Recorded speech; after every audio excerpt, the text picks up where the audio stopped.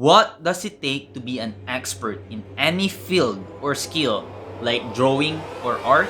10,000 hours of practice. Yeah, well, I don't believe that crap. First of all, I spent my whole Friday drawing for 10 hours straight here in YouTube. And you're telling me that I have to do that again 999 times? Yeah, I'm not gonna do that. So in this video, we are going to talk about why you don't need 10,000 hours to be an expert in drawing or art or any other skill you want to develop. In fact, you might just need 10 hours, just like I did. Hey guys, welcome back to my channel, and if you're new here, my name is RJ and I'm a self-taught artist and animator behind Studio De Laron, a channel dedicated in sharing with you everything I'm learning about art, drawing, and animation. So if you enjoy the content that I'm creating, feel free to subscribe. It's free and you can always change your mind later on. So let's start with where this 10,000 hour rule came from, and I'm just gonna show you some highlights of my 10-hour drawing live stream that I did last Friday. So let's get going. So before I even bought my first ever drawing monitor and started getting serious in drawing, I came across Malcolm Gladwell's book, Outliers, The Story of Success.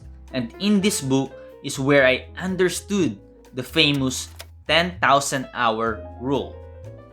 I've read it before in Instagram posts and such, and it's actually all across the internet that you need to practice for 10,000 hours to be an expert in any given skill or field. And Malcolm Gladwell's book, Outliers, really shines light upon this concept.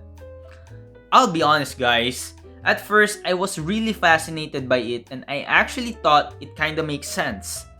If you think about it, it would take about 250 weeks or 5 years if you stick with practicing about 40 hours each week. Sounds reasonable and simple, right? But here's the thing, there's a lot of speculation that the 10,000 hour number is but an average and only applies to some of the examples given in the book. In fact, there are people out there who are successful and considered experts who would argue that they didn't spend that much hours in reaching the level where they at. There are some questionable things about this rule that most people misunderstand. What's worse is that some people even take this rule as a parameter for them to gauge whether or not they should pursue and learn another skill. Spending most of your days for 5 years developing a skill like drawing is kinda scary. And is there any guarantee that you are going to reach a high level of success if you grind and spend that much time? Nobody really knows aside from the expert, but are you willing to spend that time? And this is the first flaw of this 10,000 hour rule. 10,000 hours of what? Well, I'm a self-taught artist, so let me put it this way. If I want to be an expert in drawing anatomy, would it be the same to spend 10 hours of practice by myself as it would be to practice 10 hours with an expert or professional artist guiding me with techniques in learning anatomy? Well, the answer is pretty self-evident, right? So this is why we need to establish what good practice is all about. The 10,000 hour rule glorifies the quantity and not the quality of practice we are supposed to put in. Personally, based on experience, I spent the last 6 months figuring out how to draw the human figure on my own using the free tutorials videos we see on YouTube and other platforms. And it wasn't until I attended mentorship classes where I start to see faster improvements in my art. This particular video where I spent and practiced drawing the human figure and anatomy, I have an actual course I am following along with some guidance and instruction on exactly how to approach drawing the human figure. I honestly feel that I have a lot of improvements drawing at least the upper human torso throughout this 10-hour live stream that I did than the last 6 months when I was trying to figure it out on my own. This is why deliberate practice or a structured practice is much better than aimlessly practicing and thinking you can improve by simply putting in the hours. The deliberate practice and structured practice can only come from someone who has the level of expertise you want to attain. They have achieved a certain level by which they can guide you to get to that level.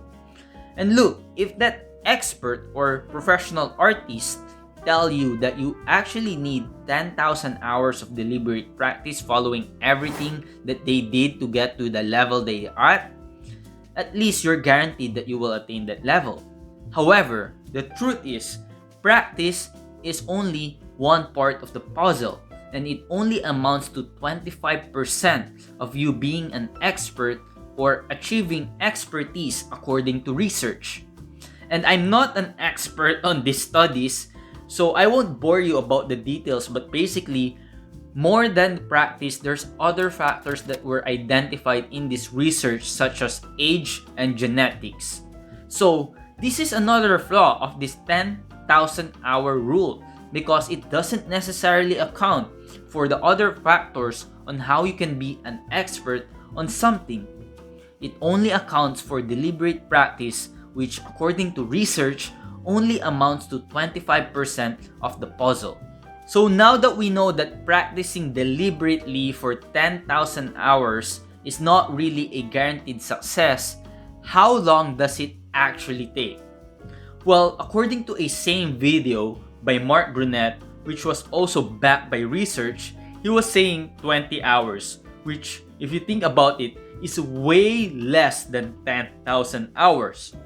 But when he says 20 hours, he only meant 20 hours for a branch on the overall skill, which means spend 20 hours doing deliberate practice drawing the head, then probably another 20 for the body, and then another 20 for the legs. Still, a lot less than 10,000 hours, which is a good sign, right? While I agree with him and feel like I was motivated when I watched this video of him, I may have another take on this whole concept of the total amount of time that you need to be an expert, and this will change your life, I hope. Well, first and foremost, we have to know how we define an expert.